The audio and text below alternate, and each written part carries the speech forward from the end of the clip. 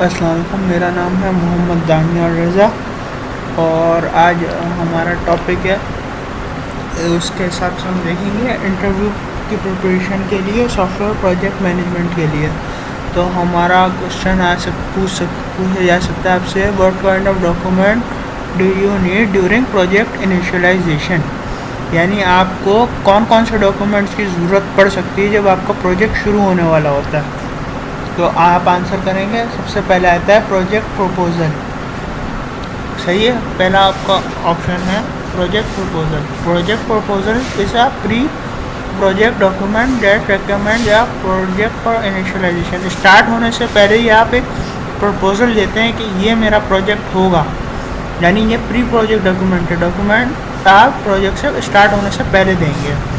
सही है, उसके स्टार्ट होने के लिए आपको उसमें बताना पड़ेगा, सही है, कि ये प्रोजेक्ट का प्रपोजल है मेरे पास। इसमें आप provide the rational for the project, आप यानी कि बताएंगे कि ये प्रोजेक्ट रैशनल है, हो सकता है कि नहीं हो सकता, कि पता चले प्रोजेक्ट इम्पॉसिबल है बनाना तो फिर हो ही नहीं सकेगा, तो फिर वो उस पर टाइम वेस्ट नहीं करना चाहिए। अगर वो रैशनल है यानी ओरिजिनल में बन सकता है तो फिर तो आप उसके लिए आगे बढ़ेंगे। और and suggest approaches and staffing, यानी इसमें आप प्रपोजल में आप उनको जो आपके क्लाइंट्स वगैरह हैं उसको, यानी कि आपकी जो कंपनी है उनको बताएंगे कि आप कि क्या क्या अप्रोचेस यूज़ करेंगे और उसके लिए आपको कौन कौन से बंदों की ज़रूरत पड़ेगी। सही है, the proposal and is an early component of project document. वही बात आ गई कि ये अर्ली कंपोनेंट है प्रोजेक्ट जो कि लॉन्च करता है प्रोजेक्ट को।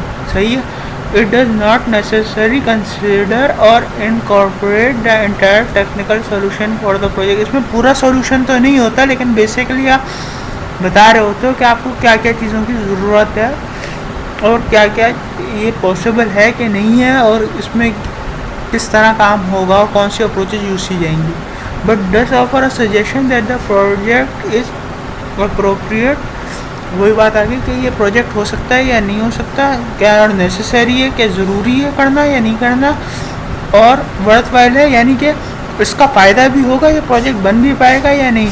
And it usually come with list और ड्राफ्ट प्रोजेक्ट शेड्यूल, और ये आता है ड्राफ्ट प्रोजेक्ट शेड्यूल के साथ, यानी कि एक ड्राफ्ट बना लेते हैं आप कि ये चीज़ें होंगी हमारे पास इस प्रोजेक्ट में, और ताकि आप दिखा सकें, प्लान आउट कर सकें to show understanding and ability to deliver, यानी कि आपकी प्रोजेक्ट से इसमें अंडरस्टैंडिंग भी हो जाएगी इसमें प्रोजेक्ट प्रपोजल में, और आप उनको कंपनी को ये भी दिखा सकेंगे कि मैं इतने टाइम में इसको बना कर डिलीवर कर दूँगा। इसमें और चीज़ें आती हैं, अवेलेबिलिटी, रिसोर्सेज भी आप इसमें शो करेंगे कि ये रिसोर्सेज चाहिए होंगे, ये टाइम लगेगा। इसमें आपको अंडरस्टैंडिंग ऑफ टास्क भी मिलेगी इस प्रपोजल में, कि आपके सारी बात समझ में आ गई एक ही क्या क्या काम करने हैं इस प्रोजेक्ट में। सही है, और डिलीवरेबल्स, यानी कि कब तक डिलीवर हो जाएगा और कितने पार्ट्स में डिलीवर आप इस प्रोजेक्ट को करेंगे। बिजनेस केसेस, इट ए दूसरा पॉइंट है बिजनेस केसेस। सही है, it act as a reference point for the initial of any internal project. ये भी जैसे कि हमारा क्वेश्चन था कि इनिशियल करने से, स्टार्ट करने से पहले प्रोजेक्ट में क्या क्या होना चाहिए, तो ये वाले डॉक्यूमेंट भी आपको चाहिए होगा। This document offer a detail financial analysis of the potential investment and benefit. जैसे इसमें बिजनेस के ऊपर ज़्यादा आपका फोकस होगा, आपको डिटेल फाइनेंशियल एनालिसिस, यानी कि कितना खर्चा आएगा, कितनी आपके पास इन्वेस्टमेंट आई है और क्या क्या बेनिफिट आएंगे इस प्रोजेक्ट से, along with the financial justification, और इस पर क्या इतना पैसा खर्च करना सही है, और whether the project should be done और नॉट, और क्या यानी कि आपको जितना आपने पैसा लगाया है वो उससे ज़्यादा मिल रहा है या नहीं मिल रहा है, या फिर उससे कम पैसा में मिल रहा है तो कोई फ़ायदा ही नहीं है ना करने का। तो इससे ही आपको अंदाज़ा हो जाएगा कि प्रोजेक्ट करना चाहिए या नहीं।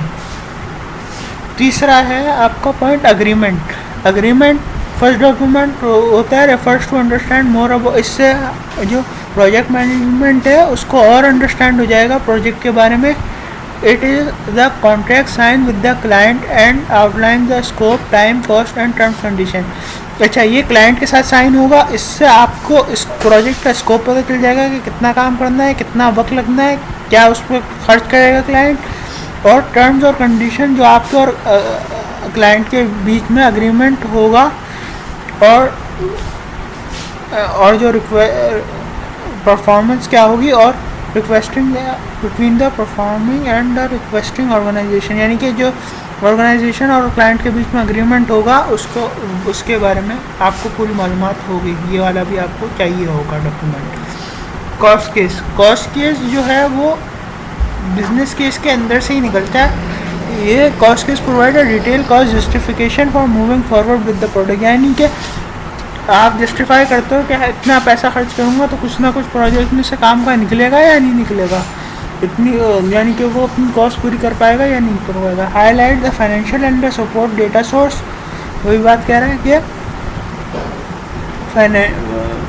फाइनेंशियल कंडीशंस को देखेंगे और डेटा सोर्स जो आपके पास उसके ऊपर डेटा होगा उसको देखेंगे कि इस डेटा के हिसाब से प्रोजेक्ट काम का है या नहीं है financially. It also incorporates the relative level of confidence and validity of the information being considered. यानी इसमें और चीज़ें ये है कि आपका कितना कॉन्फिडेंस है इस प्रोजेक्ट में और इसकी वैलिडिटी है, यानी कि वैलिड सब सही है, प्रोजेक्ट ये कर भी सकते हैं या नहीं। In some cases and some organization it is component of business cases, कुछ ऑर्गेनाइजेशन में जैसे मैंने कहा कि ये कंपोनेंट होता है बिजनेस केस का। कस्टमर रिक्वायरमेंट आपको सबको पता है कि कस्टमर को जो जो चीज़ें चाहिए होंगी वो उसका भी एक डिटेल डॉक्यूमेंट आपके पास होगा तो ही आप प्रोजेक्ट बना सकते हो। Without good customer requirement how you can came about obtaining them the project really can survive, क्योंकि बिना उसकी रिक्वायरमेंट जाने आप प्रोजेक्ट नहीं बना सकते। I will always contend that requirement are the life blood of the project itself, क्योंकि जो रिक्वायरमेंट है उनको फुलफ़िल करने के लिए प्रोजेक्ट बनाया जाता है। The customer requirement delineate in detail what the customer need and how the project will serve those needs। तो यही बात कह रहा है कि किस तरीके से आपके कस्टमर को क्या क्या चाहिए और आप उसको फुलफिल कैसे करेंगे।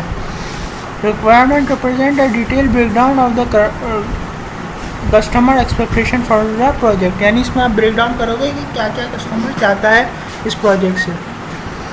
फिजिबिलिटी एनालिसिस यही होता है कि प्रोजेक्ट काम का है या नहीं, कि ये फिजिबल है या नहीं, ये बन सकता है या नहीं। Determine whether the feasible is design to determine whether or not given the project environment, यानी प्रोजेक्ट की इन्वायरमेंट सही है इसके लिए या नहीं। Project will be successful but keep in mind there are no perfect predictor of project success that exist in the world, यानी अपने जहन में ये बात रखें कि कोई ऐसा रास्ता नहीं है जिससे आपको पक्का पता हो कि ये प्रोजेक्ट काम करेगा ही करेगा, फेल भी हो सकता है, पर आपको फिजिबिलिटी आइडिया कुछ आइडिया दे देगा कि किस हद तक पॉसिबल है। और financial viability, environmental integrity, cultural acceptance और पॉलिटिकल प्रैक्टिबिलिटी में ये किस तरह खड़ा होता है। It is a determined as to likelihood of success and a description of how determined was achieve, यानी कि लाइकलीहुड कितना है, कितना चांस है कि आपका प्रोजेक्ट सक्सेस करेगा और कितना अचीव किया जा सकता है ये प्रोजेक्ट, इसका आपको अंदाज़ा हो जाएगा फिजिबिलिटी एनालिसिस से। Okay, thank you.